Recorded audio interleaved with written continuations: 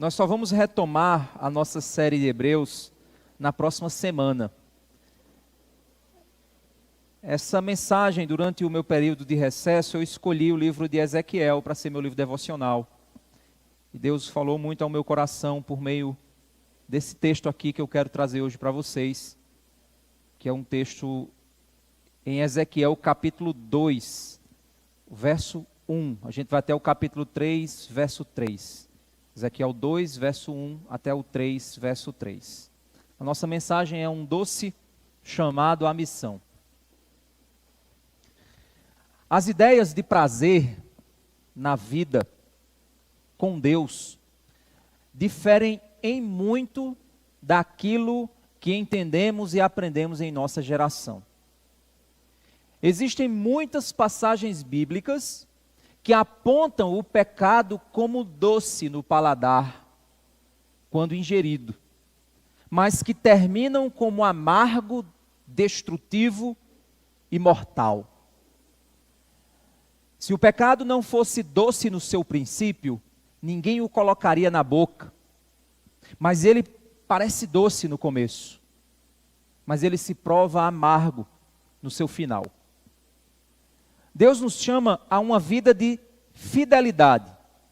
E esta fidelidade, ela, ao ser experimentada com o tempo, com muitas decisões, com muitas lutas, com muitos desafios, essa fidelidade, ela precisa ser refinada. O prazer neste mundo foi criado por Deus.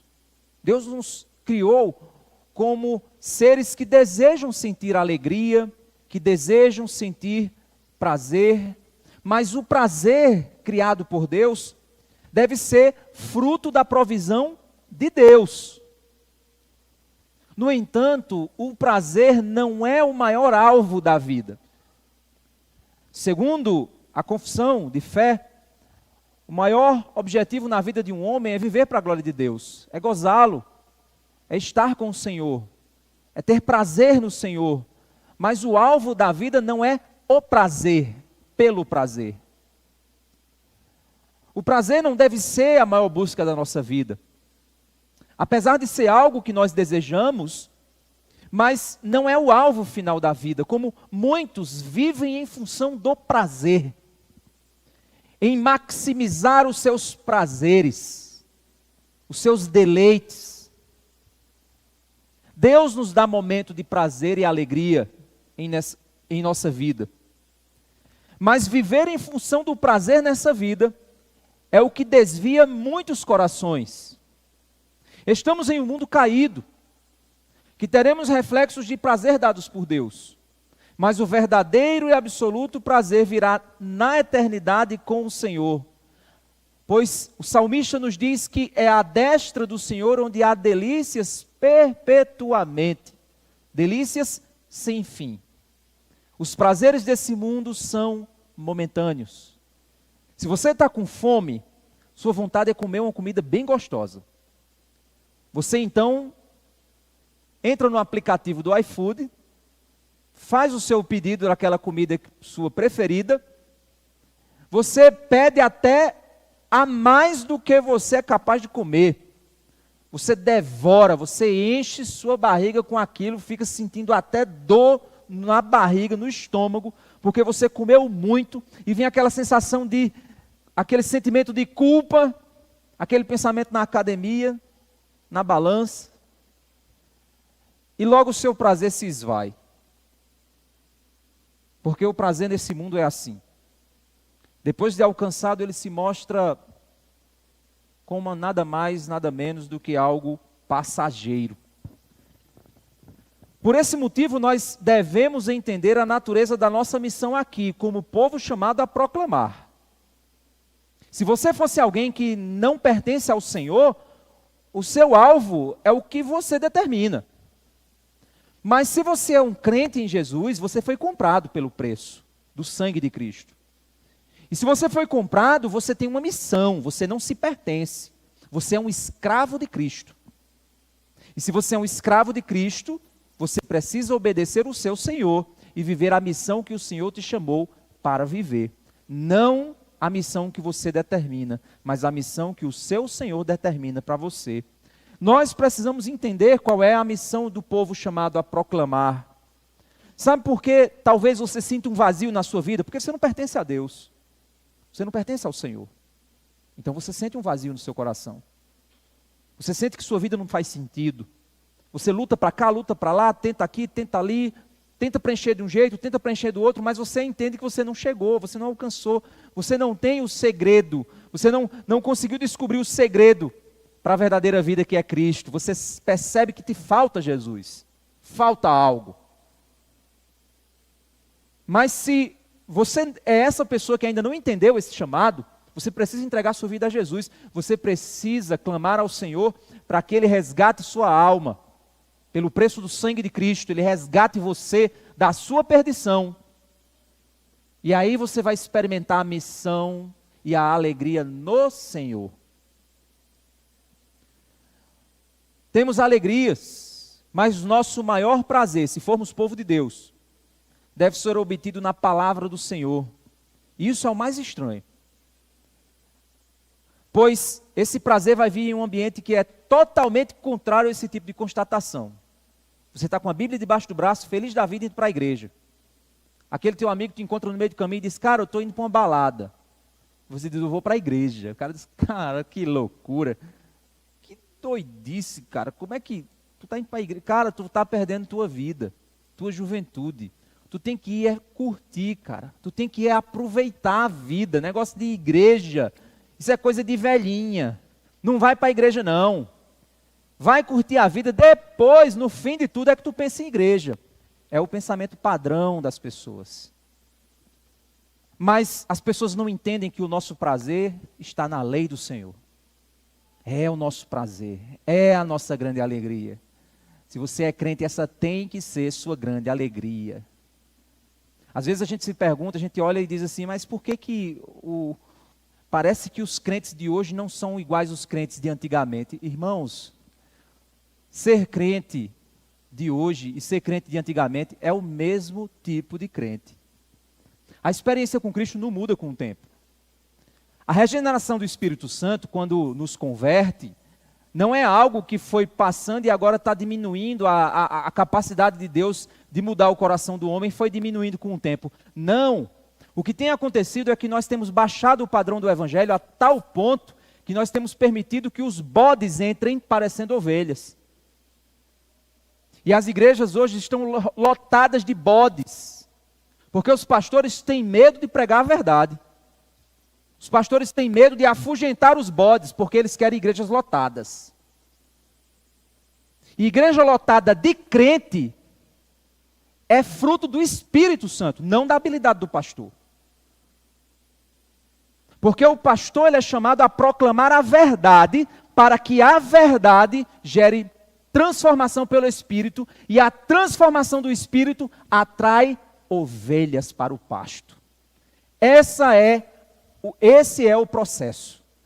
Mas hoje o pragmatismo e o desejo de lotar igrejas, o desejo de ser agradável, o desejo de ser descolado, o desejo de ser aquele pastor amado, faz com que os pastores baixem o padrão do Evangelho, sejam mais politicamente corretos, mais aceitáveis, mais legaizinhos, e assim os bodes vão entrando, se sentindo ovelhas, porque o pastor não está apontando para eles que aquele sentimento que eles têm no coração deles, aquela experiência que eles têm dentro deles, não é a experiência de ovelha, é a experiência de bode. Então deixa eu dizer uma coisa para você. Quando eu entreguei minha vida a Cristo, com 17 anos, eu li o Novo Testamento, em um mês eu li o Novo Testamento 4 vezes. Eu li, chegava em Apocalipse e voltava para Mateus, aquele azulzinho que eu tinha dos Gideões. Não sei se vocês já viram, né? Hoje o crente se converte, não sabe nem abrir no Novo Testamento. Cadê a sede? Cadê o desejo? Cadê o anseio? Cadê o amor? Cadê a paixão? Cadê o fogo pela palavra? Acabou?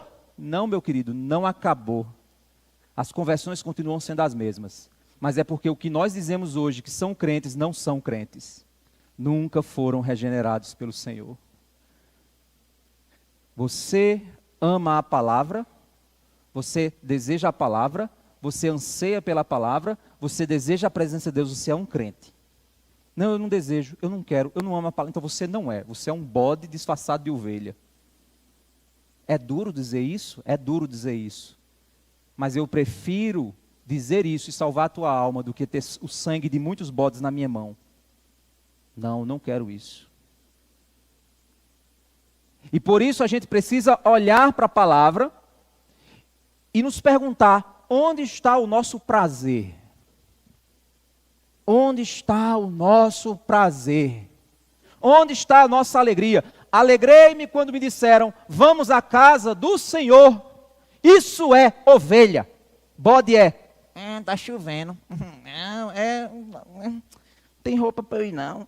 Não, é porque... Bode é assim, ovelha não. O coração de ovelha é, alegrei-me quando me disseram, vamos para a igreja? Eita, que bênção! Isso é ovelha. A Bíblia está aqui para nos revelar o Espírito Santo de Deus e a ação desse Espírito na vida do povo. Então o que está escrito aqui tem que ecoar na sua vida. Se o que está escrito aqui não ecoa na sua vida, você não nasceu de novo. Isso é muito sério. Por isso que Jesus diz que a porta é estreita e largo é o caminho que conduz à perdição. E muitos entrarão por ela, porque, meu irmão, passar por um caminho largo é fácil, é só seguir o fluxo. Porque a maioria está nele. Mas passar pelo canto apertado exige renúncia, paciência, exige de você espera, exige de você mudança, exige de você sair do conforto. E só aquele que contempla o prazer depois da porta é que faz de tudo para ultrapassar, para entrar na porta estreita, porque ele contempla o prazer, ele contempla aquilo que Deus oferece. Então, meus irmãos, só quem nasceu de novo vai entender o que significa se alegrar no Senhor e na força do seu poder. Vamos então lá para Ezequiel, abre em Ezequiel capítulo 2.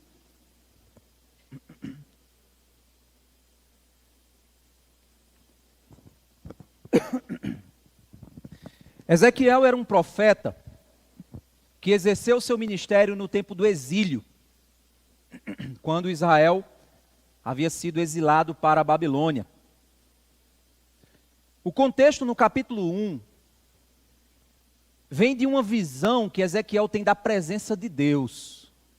O livro de Ezequiel é um livro que revela a visão da presença de Deus e como essa presença sai do meio do povo e como essa presença é profetizada e prometida que voltará de novo para o seu povo.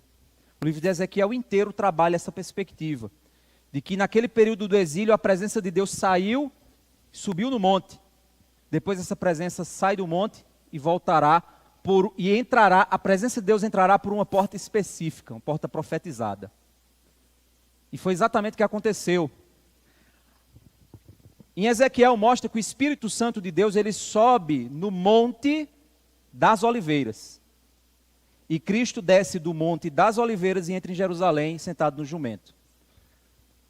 Cumprindo literalmente aquilo que o profeta falou que seria uma visão. Em uma visão.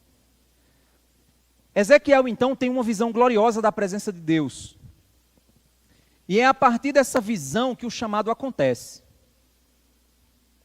É um padrão muito importante e presente nas Escrituras. Todo chamado de Deus à missão vem posterior a uma visão. Se você não tem a visão da realidade de quem Deus é, você não terá um chamado de Deus.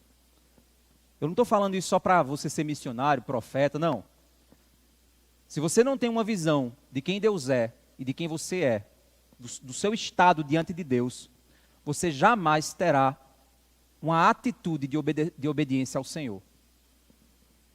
Paul Washer certa vez disse que ter um encontro com Cristo é igual ter um encontro com um caminhão.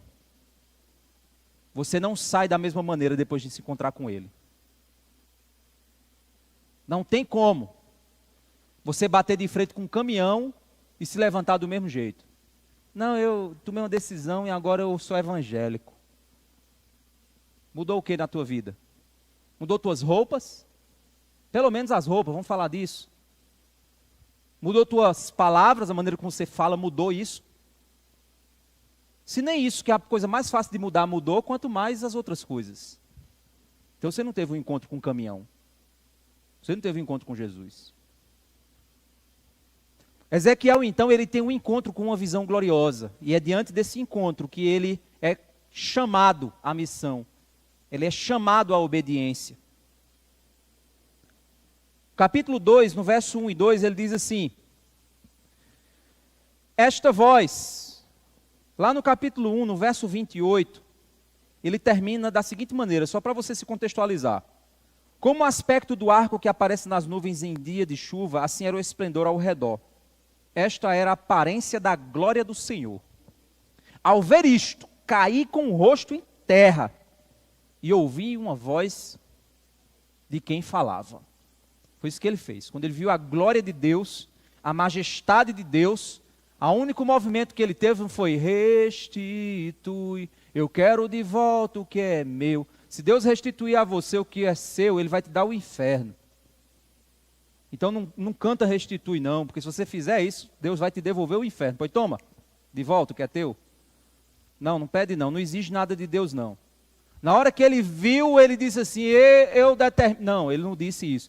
Na hora que ele viu, a única reação de um homem de Deus, diante da presença de Deus, é cair de joelho e dizer: Senhor, tem misericórdia de mim, porque se o Senhor quiser, o Senhor faz assim, eu desapareço. Eu não tenho absolutamente nada, Senhor. Eu não tenho nem coragem nem de levantar meu olho e olhar para você, olhar para a tua grandeza. Por isso, jovens, cuidado com...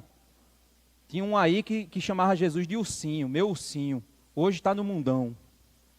Com cabelo de toda cor, com todo tipo de coisa furada na cara. Mas Jesus era o ursinho dela. Sem nenhum tipo de reverência, de respeito pela pessoa de Cristo. Se nós estivéssemos aqui diante sei lá, vou falar uma autoridade humana, de um governador, de um juiz. Eu sei que a gente tá tão ruim, né, usar esses exemplos, né? Às vezes você olha e fica com raiva. Mas se você estivesse diante de uma grande autoridade, o que você faria? Você ia chegar lá exigindo, você ia chegar com reverência, com respeito. Ele, ao ver a presença de Deus, ele caiu no chão. E ao cair no chão, no capítulo 2, no verso 1, esta voz me disse: Filho do homem, fique em pé, e falarei com você. Ele não manda que que Ezequiel fique em pé, porque foi errado Ezequiel cair. Deus aqui está chamando Ezequiel a uma posição de prontidão. Dentro da cultura hebraica, dentro da cultura judaica, quando o rei ele se pronunciava, as pessoas elas se abaixavam. Quando o rei diz assim, fique de pé que eu quero falar com você. A posição da pessoa era a posição de prontidão. Ela ficava lá e, como acontece no militarismo, né? Posição de prontidão, manda a ordem que eu estou aqui. Então ele, quando manda ele se levantar, é exatamente para que ele assuma uma postura de ordem. Me ordene, eu estou aqui para ouvir a tua ordem. Fique em pé e falarei com você. Verso 2, enquanto falava comigo, o Espírito entrou em mim e me fez ficar em pé. É tão interessante isso, que acredito eu que entre o verso 1 e 2, gente, não tente ler a Bíblia como você lê os romances de hoje em dia. A gente quando lê os livros de hoje em dia, a gente fica lá, estava abrindo a porta. E disse para ele, não sei o que lá, não sei o que. E ele com as mãos macias tocou a maçaneta e lentamente foi abrindo. E a brisa do verão foi adentrando naquele... Não é assim que é escrito? A gente quer ler a Bíblia desse jeito. Isso aí é literatura romântica moderna. A Bíblia ela não está preocupada em usar linguagens poéticas para fazer você se sentir na cena. Não é esse o objetivo. É o relato da experiência de um homem com Deus e que revela aquilo que o coração dele queria comunicar às pessoas e que era a ordem divina que fosse comunicado. Então o objetivo das Escrituras não é esse. Então, entre o verso 1 e 2, acredito eu que tem uma ideia aqui que está omitida. Porque se no verso 1, se no verso anterior ele caiu, no verso 1 Deus manda ele se levantar, no verso 2 Deus levanta ele. Então, se Deus mandou ele levantar e depois Deus levanta ele, é porque ele não se levantou quando Deus mandou. Por alguma razão. Aqui o texto não está dizendo que ele foi desobediente. Acredito eu que, pelo contexto anterior, o verso anterior mostra que ele estava com medo. Então, talvez quando Deus disse levanta, ele ficou assim, eu não consigo. Aí Deus disse, pois eu te levanto. E Deus foi lá, o Espírito Santo entrou nele, ou seja, o cara não sabia nem se levantar. A gente acha que sabe fazer, a gente acha que Deus precisa das nossas habilidades.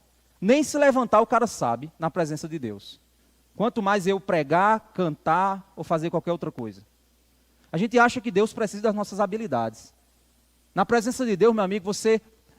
E aí tem aquela música, na presença de Deus dá vontade de pular, dá vontade de cantar, dá vontade... Hoje eu estou músico, né? Lembrando de uma música aí muito maravilhosa. Na tua presença dá vontade de cair, porque eu sou iníquo, eu sou indigno. É isso que dá vontade. Se eu me alegro, é porque o Espírito Santo de Deus está em mim. Se eu me movo, é porque o Espírito Santo de Deus está em mim. É o Espírito de Deus quem me levanta toda manhã.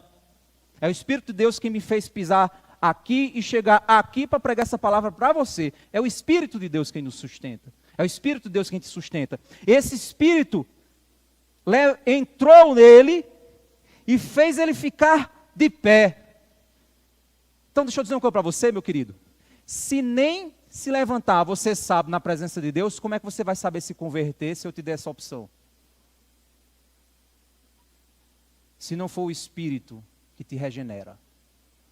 Morto não recebe, morto não tem capacidade. Está um defunto lá dentro d'água, Jack do Titanic, dentro d'água. Aí vem um cara e joga uma boia para ele. Pega aí, Jack, Jack. Oh, Jack. Pega aí, Jack. A boia vai bater na cabeça de Jack e empurrar ele para baixo. O defunto não vai mover-se em nada para pegar a boia. Ele está morto em seus delitos e pecados. Ele está morto, ele está incapaz. Ele está inapto. Você está morto em seus delitos e pecados. Se não for o Espírito Santo de Deus para regenerar sua alma, você não vai conseguir nem levantar-se de onde você está. Então, cuidado com o engano satânico. Satanás ele tem algumas frases de gaveta, que é impressionante. Nesses 10 anos de caminhada ministerial, eu já ouvi muitas frases de gaveta. Vou trazer aqui uma para vocês. Pastor, eu tenho tanta vontade de entregar a minha vida a Jesus, mas deixa eu primeiro resolver algumas coisas e aí depois eu me entrego. Se nem levantar você consegue na presença de Deus, quanto mais resolver algumas coisas para vir para Jesus.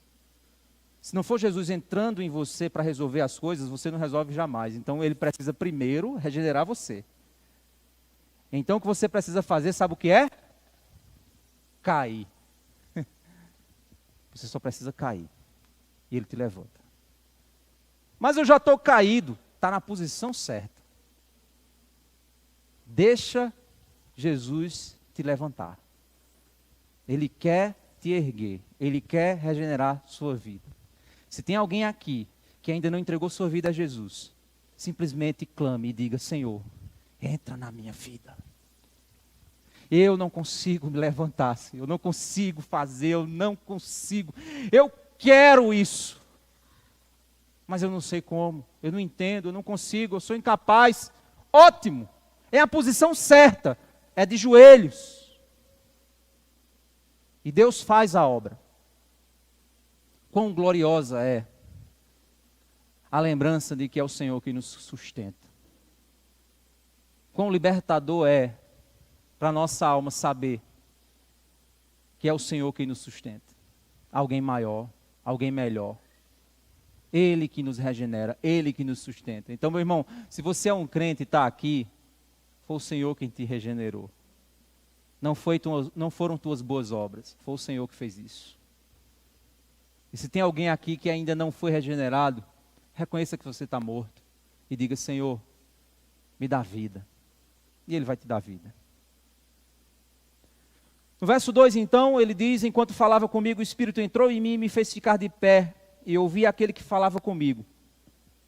Verso 3, ele me disse: Filho do homem, eu vou enviá-lo aos filhos de Israel,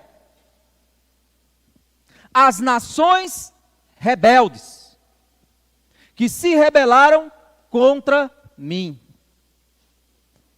É interessante, e aqui ele tem isso aqui tem uma dupla interpretação. A primeira é: Ezequiel, eu vou te enviar ao meu povo e às nações. E ao mesmo tempo também, Ezequiel, eu vou te enviar ao povo que se uniu às nações contra mim, que estão se portando da mesma forma que as nações. Olhar para o meu povo e olhar para o mundo é a mesma coisa. Olhar hoje para um crente e olhar para uma pessoa mundana, só na roupa você vê que é a mesma coisa. Não há mais preocupação com recato, não há mais preocupação com nada disso. Você olhar para um profissional do mundo e um crente trabalhando é a mesma coisa. O mesmo descomprometimento, o mesmo embromation, a mesma enrolação, a mesma preguiça, as mesmas mentiras, as mesmas atitudes mundanas. O trabalho de um crente e o trabalho de um incrédulo não se diferencia mais. Deus está dizendo: Ezequiel, eu vou te mandar às nações rebeldes. Vou te mandar ao meu povo que se rebelou contra mim. E ele continua dizendo: eles e os pais deles se revoltaram contra mim, até precisamente o dia de hoje. Eles se revoltaram contra mim. O verso 4, os filhos têm a mente fechada e o coração endurecido. Eu vou enviá-lo até eles. É interessante que ele define aqui dois níveis. Ele diz: olha, esse povo se rebelou e os seus filhos fecharam a mente.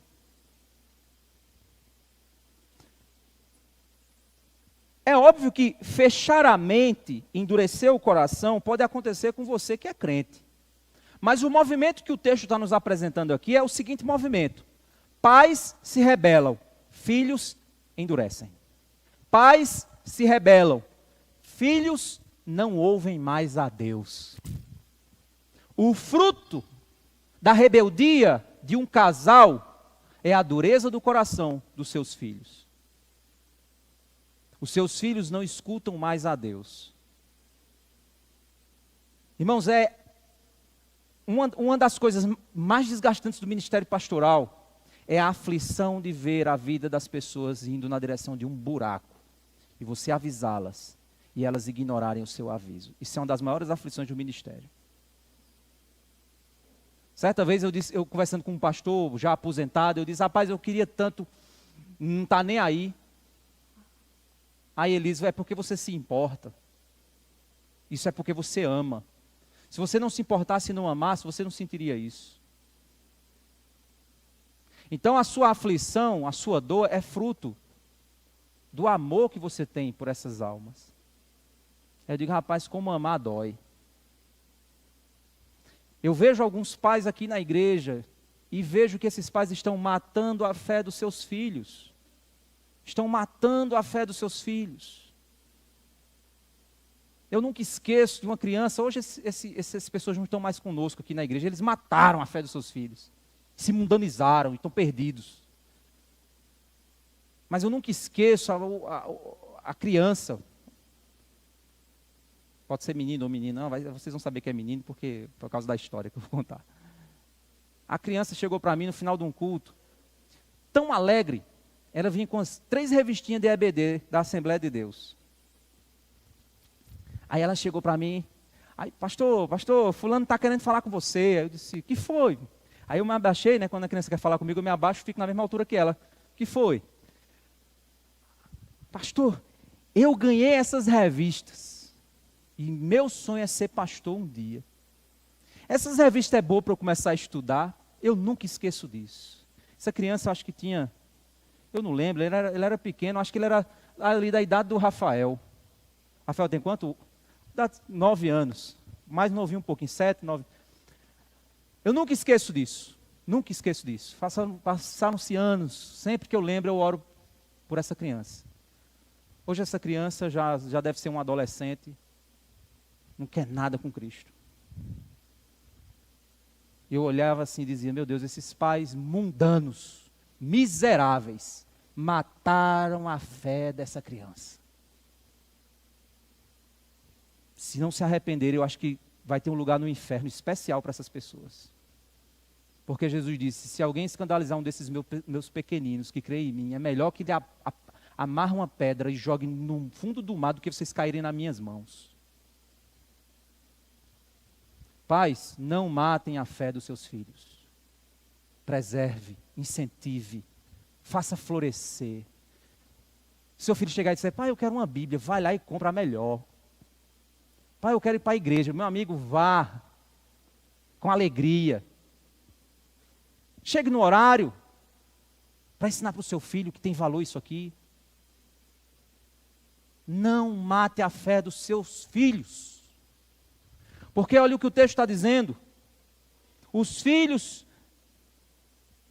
leu o 3, eles e os pais deles se revoltaram contra mim, até precisamente o dia de hoje. Os filhos têm a mente fechada e o coração endurecido. Coração endurecido. Que tristeza. Imagina você ser chamado para um ministério. Que maravilha, né? Você vai ser chamado para um ministério. Eita, eu quero ir para as nações. Tá certo, você vai para as nações. Mas eu vou te mandar para uma tribo que o povo é difícil e ninguém vai querer te ouvir. E vai te xingar, vai te botar para correr. Tu vai voltar lá, eles não vão te ouvir. Eles são duros, eles não querem nada com Jesus. Aí eu vou fazer o que lá, Jesus? Você vai lá pregar. Mas eles não vão ouvir. Mas você vai lá pregar.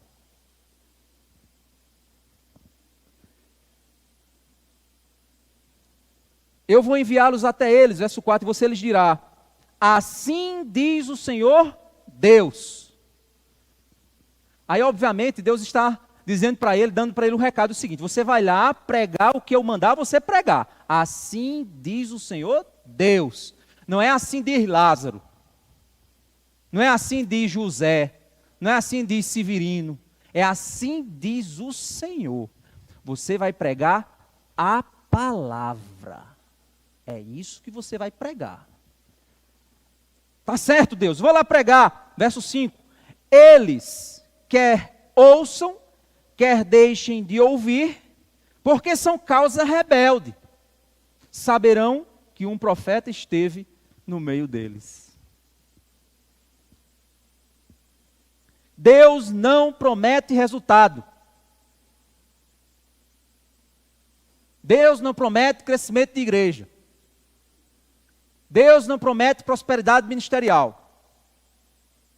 Deus não promete resultado para o que Ele te chamou para fazer. Ele não está prometendo resultado.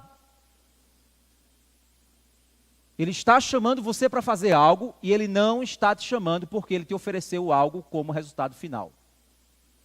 Ele está chamando para você ser fiel. Independente do resultado. Seja fiel. Mas se eu fizer isso, eu vou perder. Seja fiel. Mas se eu falar isso, eles não vão ouvir. Seja fiel. O que nós vamos, diante do Senhor, oferecer aos seus pés, é a nossa fidelidade. Você não vai oferecer resultado. Olha, Deus, 200 almas. Aí Deus, muito bem, bom resultado. Não. Porque a um ele deu 10 talentos, a outro ele deu 5, a outro ele deu 1. Ao que deu 10, ele multiplicou. Ao que deu 5, ele multiplicou. Ao que deu 1, ele não multiplicou, porque ele não tinha fidelidade com Deus. Ele foi criticado não pelo número, ele foi criticado pela fidelidade, porque Deus não olhou para o que tinha 10 e disse assim, muito bem, você foi o mais top de todos. Não. Alguém que pertence a uma igreja de 5.000 membros e alguém que pertence a uma igreja de 10, o líder daquela igreja não será avaliado pelo tamanho da igreja, será avaliado pela fidelidade com que ele levou ao púlpito a palavra do Senhor. É sobre isso a missão. Você não vai ser cobrado pela quantidade de empresas que você abriu, pelos resultados financeiros da sua família. Você não vai ser cobrado por Deus pelo seu sucesso profissional, pela quantidade de dinheiro, pela quantidade de imóveis que você comprou. Você não vai ser cobrado por Deus pelo volume financeiro, pelo sucesso, pela visibilidade. Você não será cobrado por Deus em absoluto por nenhuma dessas coisas. Você será cobrado por Deus se aquilo que Ele te deu, você foi fiel e zelou e guardou e devolveu a Ele com fidelidade o que Ele te entregou. É isso que Deus vai te cobrar. É isso que Deus vai te cobrar. Seja fiel. A nação que antes ouvia a Deus se tornou rebelde, produziu filhos que fecharam a mente e endureceram o coração ao Senhor. Nós, como povo de Deus, podemos agir da mesma forma. Inicialmente vivemos o primeiro amor. Estamos desejando a presença de Deus. Está na igreja, servir ao Senhor com alegria, mas com o tempo achamos chato, pesado, monótono. Outras coisas aparecem e elas são mais interessantes. E nós então pegamos as bênçãos dadas por Deus e deixamos de lado o Deus das bênçãos. E assim nos rebelamos lentamente contra o Senhor, o colocando em segunda, depois terceira, depois quarta posição em nossa vida. Sempre tem algo mais interessante para fazer. Sempre tem algo mais interessante do que servir ao Senhor. Resultado, nossos filhos crescem e fecham a mente ao Senhor, endurecem o coração e só revelam sua maldade e pecado contra o Senhor quando crescem. Aí eles revelam suas vidas e suas decisões. Não significa dizer que nós somos responsáveis pelas escolhas dos filhos adultos. Quando adultos, eles são responsáveis pelas escolhas deles. Virou a cabeça, ficou loucão, é problema dele. Mas nós não podemos negar que o nosso testemunho afeta sim a fé dos nossos filhos. Se você é aquela pessoa que o seu filho, quando crescer, se rebelar e não quiser nem pisar na igreja, se você foi aquele que viveu uma vida coerente, você vai chegar para o seu filho e vai dizer, você nunca me viu agindo assim. Você nunca viu seu pai agir dessa forma. Você dentro dessa casa, você nunca me viu fazendo isso. De onde você tirou essa escolha sua? Se não da rebeldia do seu coração. Agora, se você não for assim, na hora que você fizer isso, o seu filho vai dizer, sim, pai, e aquilo lá? E aquele? E aquilo? E aquele outro? E aquele daquela forma? E daquele jeito?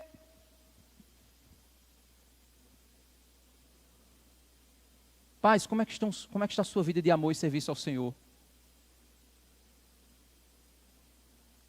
Porque o nosso testemunho fala muito mais do que as nossas palavras.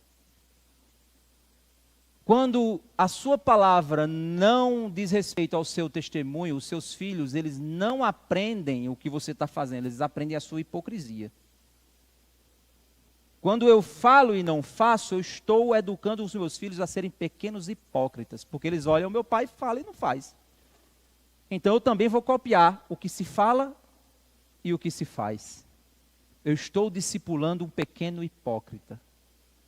E isso não é o caminho que Deus nos chamou. O que seus filhos têm visto vai abrir a mente deles ou fechar? Vai quebrar o coração ou endurecer? Irmãos, esse tipo de alerta duro não é para nos esmagar, mas são alertas de amor e misericórdia de Deus,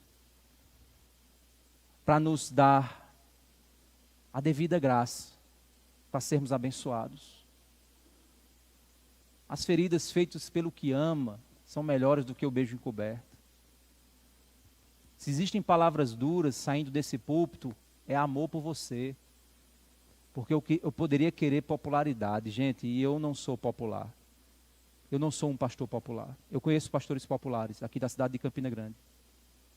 No dia do aniversário do cara, meu amigo, é tanta puxação, desculpa o termo, que foi o que veio na bajulação, tanta bajulação.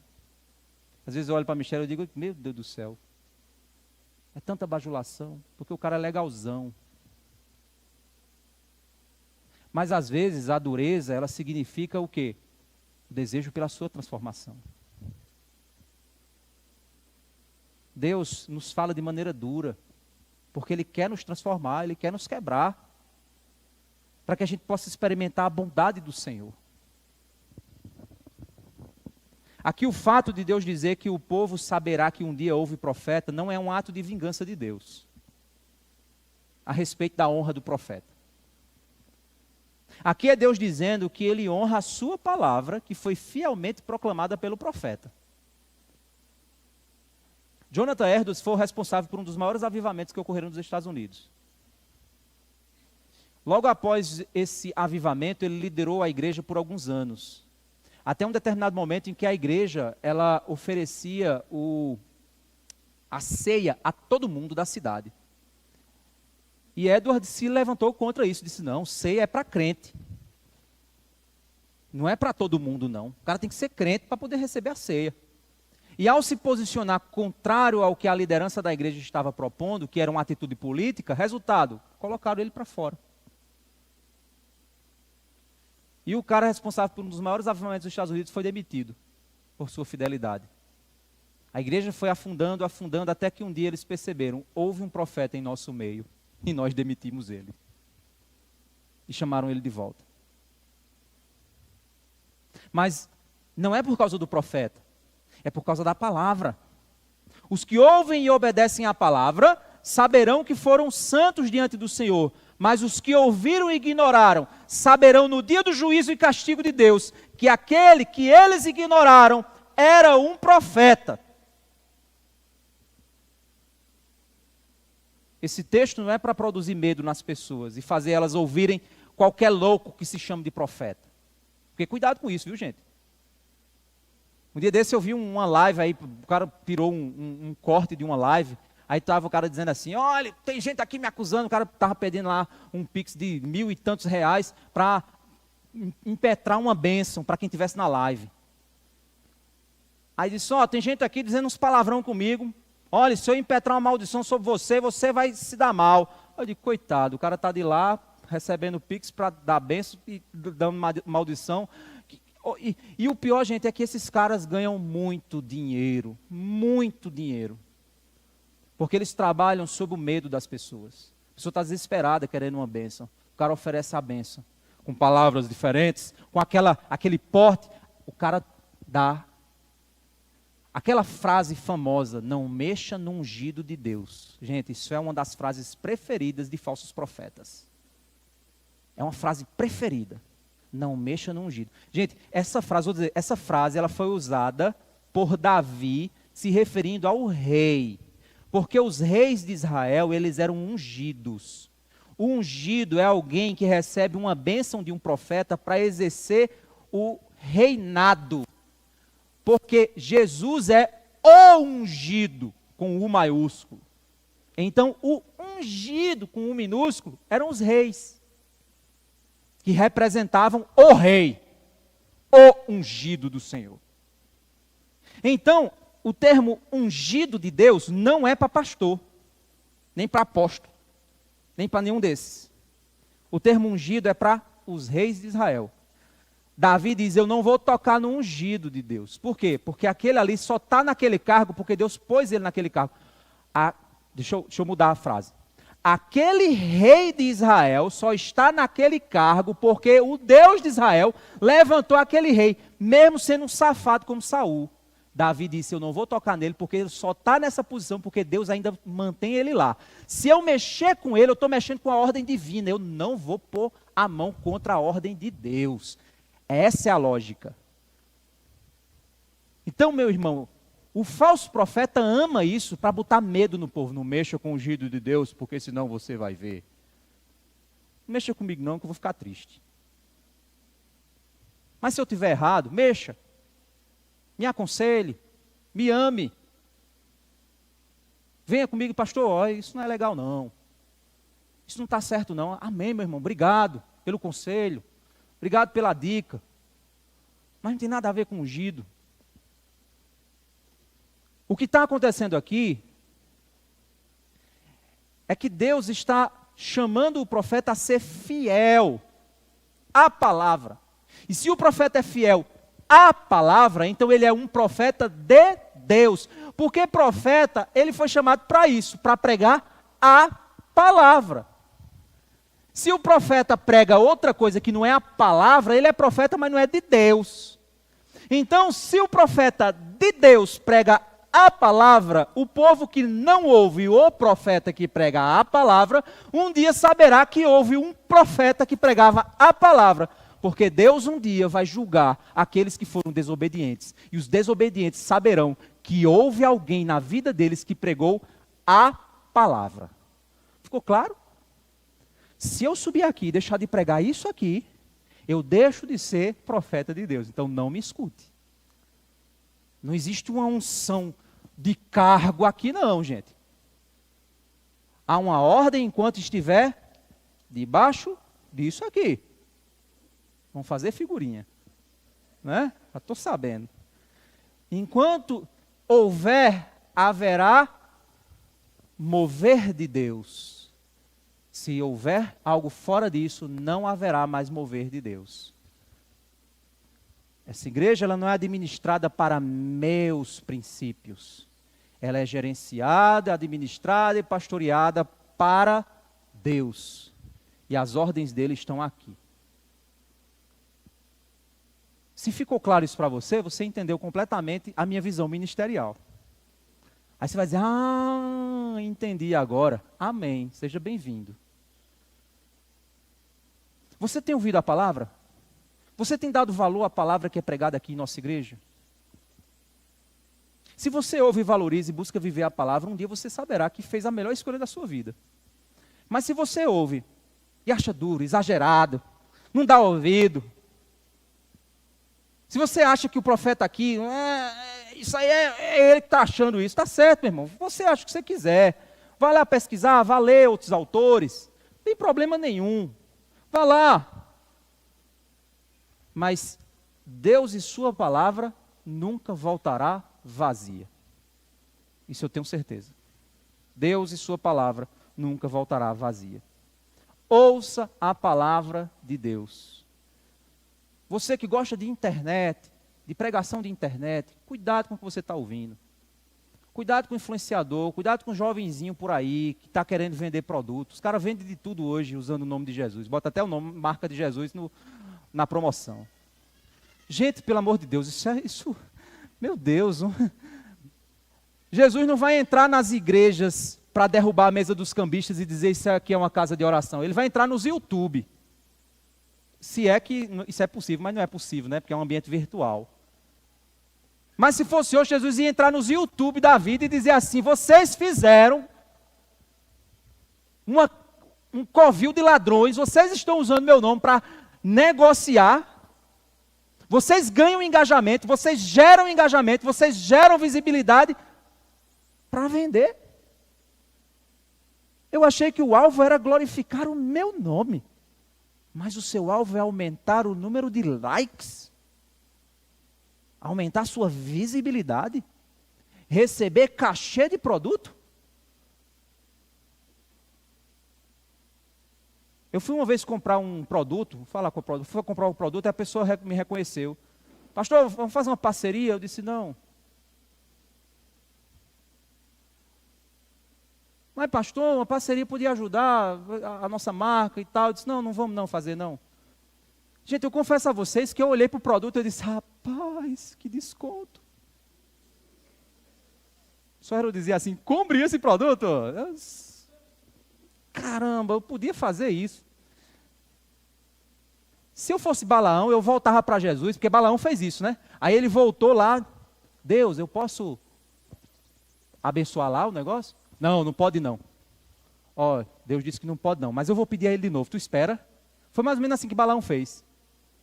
Ah, eu espero. Deus, eu posso? Eu não já disse que não. Eu vou fazer o seguinte, eu vou subir na jumenta e vou lá na direção do... Vai que Deus muda de ideia. Aí a jumenta vem e diz, ei bicho, Deus não disse que não. Eu contei a história, eu fui pregar em Roraima, o pessoal disse, você parece que prega com literatura de cordel. Aí eu disse, não, é o sotaque mesmo. Você fala assim, parece que a gente está ouvindo literatura de cordel. Mas foi mais ou menos isso. Mas hoje, e ainda, se pegar um vídeo desse e fazer um corte e mandar, meu amigo, eu recebo tanto hate, tanta coisa, tanto... É porque ele... Vai ter gente até dizendo, mas e a consciência? A consciência cristã é um evento que é mantido por meio do network feito no ambiente cristão. É um evento, não é uma igreja, não é um ministério pastoral, não é a imagem do pastor. Quer vender? Abra uma empresa. Quer ganhar dinheiro? Abra uma empresa e ganhe dinheiro com a empresa. Bota lá, Ebenezer, o nome da empresa, para dizer que é cristã. Mas não fique... Não, Jesus, não, mas pega essa marca aí. Não, mas aí Jesus... Imagina, gente, imagina. Falta pouco para haver, numa hora de uma pregação, eu dizer aqui... Gente, aí em Mateus... Falando em Mateus, você já viu o Mix Mateus? A promoção dessa semana... Está quase chegando nisso. Propaganda do YouTube. Para a pregação, merchan de 10 segundos, volta a pregação de novo. Vai virar isso. Anota. O profeta aqui está dizendo. Vai nessa direção. Não se engane. Vai acontecer isso. Tá o pastor pregando. Ele usa terno da não sei o que lá, não sei o que lá. Aí aparece embaixo da igreja, na hora da live. Pastor está usando o terno fulano de tal. Não se engane, gente. Mas eu já recebi essa proposta. Vamos fazer uma parceria? Não faço não, meu irmão. Pastor, não faço não. A única parceria que eu fiz até hoje foi postar o negócio da minha esposa no Instagram. Eu fiz essa semana, eu nunca tinha feito isso. Eu fui fazer. No meu ministério eu nunca tinha feito esse tipo de coisa. No meu Instagram. Mas é porque ela me forçou. Não, forçou não. Estou brincando. Brincando, viu, gente? Eu estou brincando. Não forçou, não. Gente, qual a reação do povo? Como é que esse povo reagiria à fidelidade do profeta? Como seria isso? Olha só o verso 6 e o verso 7. Você, filho do homem, não tenha medo deles, nem do que eles disserem. Gente, se você tiver, uma coisa que eu aprendi, se você tiver medo do que os outros pensam de você, não vire pastor. Porque tem gente que vai pensar coisas horríveis sobre você. O caba disse que saiu da igreja porque o pastor, na hora da pregação, o pastor disse assim, ei, você não é bem-vindo aqui não. Disseram que eu fiz isso aqui, gente. Os irmãos me conhecem há muitos anos. Depois eu fiquei sabendo por outra pessoa, que uma pessoa saiu aqui da igreja porque ela vinha entrando ali, eu parei a hora da pregação e disse assim, você não é bem-vindo aqui, vai embora. Olha o que disseram de mim, eu acho que eu tenho rabo e chifre para muita gente. E aí eu fico, fazer o quê? Eu vou... Não tem o que se fazer, gente, é assim que funciona. Gente de coração duro vai encontrar motivo para fazer o inferno na sua vida, se você quiser ser fiel. Mas o que você tem que fazer? Continuar sendo fiel. Eu estou dizendo isso para você, e você está dizendo, não, pastor, isso você está aplicando a você, o ministério, não estou aplicando na sua vida também. Você foi chamado a ser fiel onde você está, meu querido. Não importa o que fizerem, o que falarem, o que disserem, você foi chamado para ser fiel. A sua vida é a sua pregação. E você foi chamado a ser fiel. Não importa, não tenha medo deles nem do que eles disserem. Mesmo que você esteja entre sarças e espinhos e more com escorpiões. Olha a imagem. Você está andando no meio de escorpiões. Será que o povo não era ruim? Não tenha medo do que eles disserem, nem se assuste com o rosto deles. Será que não eram feios? Porque são casa rebelde. Eu estou mandando você para gente ruim. Então, meu amigo, não espere coisa boa de gente ruim. Não espere coisa boa de gente ruim. Você conhece uma pessoa ruim? Conheço, pastor. Não espere coisa boa dela, não. Não espere não, meu. Você vai se decepcionar. Nem tente ganhar ela pela sua simpatia, porque ela é gente ruim. Seja fiel, faça o correto, cumpra seus prazos, faça aquilo que Deus mandou fazer. E deixe o ruim com Deus. Sua função não é transformar gente ruim, sua função é ser fiel. Essa é a sua função. Deus é quem lida com essas pessoas. Verso 7. Você lhes dirá minhas palavras, quer ouçam, quer deixem de ouvir, pois são rebeldes. Por vezes podemos temer mais os homens do que a Deus, e este temor é considerado pecado. Pois a verdadeira sabedoria e vida é temer primeiramente a Deus, que é o dono da vida e da morte. Lá em Mateus capítulo 10, inclusive, não, brincadeira. Lá em Mateus capítulo 10, verso 28, não temais os que matam o corpo e não podem matar a alma. Temei antes aquele que pode fazer perecer no inferno, tanto a alma como o corpo. Tema a Deus, meu querido. Faça o que Deus mandou e deixa Deus arcar com os resultados e com as consequências. Seja fiel. Faça o que é certo. Seja corajoso. Gente, se aqui tem jovens, rapazes, que querem ser um dia pastor, quer ser chamado ao ministério, tem que ser cabra macho. Tem que ser corajoso. Tem que bater no peito e dizer, bora! E tem que ir. É assim que é o ministério. É porque não, fica aí, meu querido. Fica aí. Não dá não. Não dá não. Tem que engolir sapo. Tem que saber ouvir gente ruim. Tem que saber o que é ser traído. Tem que saber levar facada. Tem que saber o que é investir, confiar e depois levar lapada de gente. Tem que aguentar, meu querido. Vai vir tristeza, vai vir depressão, vai vir angústia, vai vir medo, vai vir tudo. Vai, continua. É assim que tem que ser. Então, meu querido, se tem algum jovem aqui que quer ser pastor, tem que ser cabra macho. Se pensa no seu conforto, fica aí na sua. Se pensa primeiro, não, porque é o meu, é o eu, fica aí. Não vem não. Porque tem que saber que a missão muitas vezes lida com gente ruim. E o nosso alvo e foco é Deus, é a fidelidade com Deus. Mesmo diante dos desafios, devemos nos manter firmes aos nossos princípios, mesmo que isso nos leve até o risco de perder a nossa vida. O maior problema de nossa geração é que tentamos ao máximo justificar nossa desobediência com muitas concepções, ginásticas mentais, ideológicas, mas no fim se trata de plena desobediência a Deus e sua palavra. O pastor tem que ser marido de uma só mulher. Ponto. Não há ministério pastoral feminino. Ponto. Não, mas é porque... Meu amigo, a Bíblia é clara. Marido de uma só mulher. Não existe mulher marido de uma mulher. Não existe essa possibilidade. Minha querida, você quer ser pastor? Eu quero. Então seja marido de uma mulher, minha querida. É possível? Não, não é possível. Então fique aí. Não é possível. Quer texto mais claro do que esse?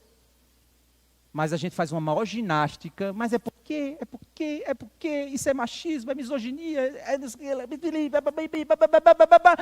e a quantidade de homem, de crente, de mulher, crente, babando por essas ideologias, é impressionante. Disfarçada de muita coisa, na boca de muito influenciador, nos livros de muito influenciador, mas a Bíblia é tão clara. Por que eu preciso de ginástica? Porque eu não quero ser fiel à palavra, eu quero ser fiel ao que o mundo pensa. Se eu disser que o ministério pastoral é algo apenas masculino, eu serei taxado de machista, e eu não quero ser taxado de machista.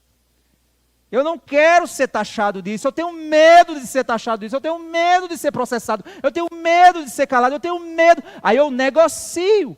Mas o chamado é, você foi chamado a lidar com gente rebelde. E é isso que vai acontecer. O problema, meus irmãos, não é a mídia. A mídia é uma ferramenta poderosa de comunicação. O problema são os motivos encobertos, que usam Cristo como escada para chegar onde se quer. Tiago, capítulo 4, verso 4, ele diz: adúlteros e adúlteras, não sabeis vós que a amizade do mundo é inimizade contra Deus? Portanto, qualquer que quiser ser amigo do mundo, constitui-se inimigo de Deus. Não há como compatibilizar. Vamos construir pontes. Que mané ponte, meu querido? Fica lá que eu fico aqui. Teu pensamento é diferente do meu. Agora você quer debater, eu debato. Mas eu não vou abrir 1 centímetro do meu princípio para fazer uma ponte com você. Não, não vou.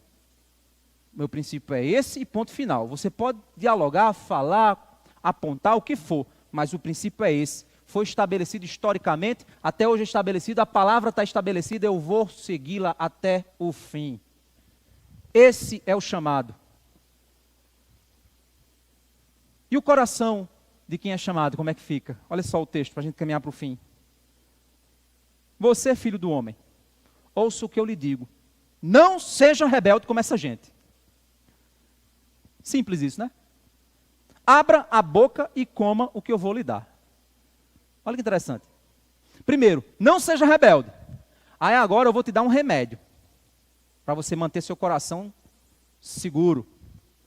Eu vou te dar um remedinho. Abra a boquinha, vou te dar um remedinho. Olha o verso 9.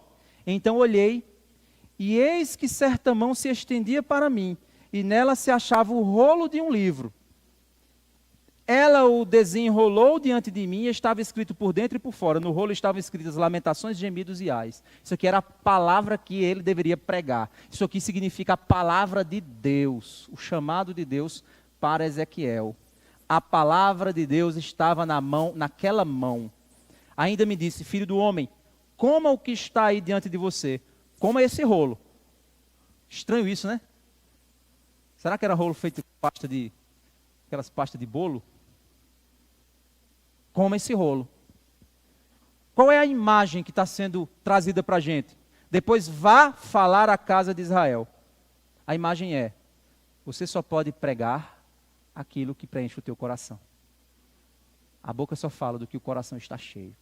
Esteja cheio da palavra, que sua boca falará a palavra. Esteja cheio da palavra, que você viverá a palavra. Esteja cheio da palavra, que você vai testemunhar a palavra. Esteja cheio da palavra, que o seu coração não vai se rebelar contra Deus. Esteja cheio da palavra.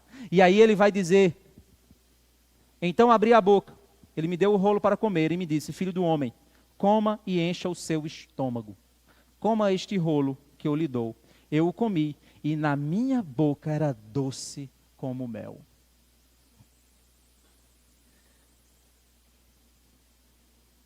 Jeremias capítulo 15, verso 16, alguns textos só para a gente entender que essa ideia ela está em muitos outros lugares. Jeremias 15, 16, achando-se as tuas palavras, logo as comi, e a tua palavra foi para mim o gozo e a alegria do meu coração. Deuteronômio 8, 3, não só de pão viverá o homem, mas de tudo o que procede da boca do Senhor. Salmo 19, 10, mais desejáveis são do que o ouro, e mais doces do que o mel, e o destilar dos favos. Isso ele está se referindo à tua palavra. Salmo 119, 103, quão doces são as tuas palavras ao meu paladar, mais do que o mel à minha boca. Apocalipse fala sobre alimentar-se dessa palavra, mas da experiência que esse alimento nos traz, por vezes. Apocalipse 10, 9 e 10 diz assim: toma o livrinho e devora-o, na tua boca será doce como mel, mas depois de comê-lo, o teu ventre ficará amargo. Você já sentiu o amargo da palavra quando um familiar seu te desprezou? Você já sentiu o amargo da palavra quando o teu chefe trouxe dificuldade porque você é crente? Quando o teu vizinho gerou problema? Você já sentiu o amargo da palavra quando o seu cônjuge te fez sofrer por causa da palavra? A palavra ela é doce, apesar de às vezes parecer amarga.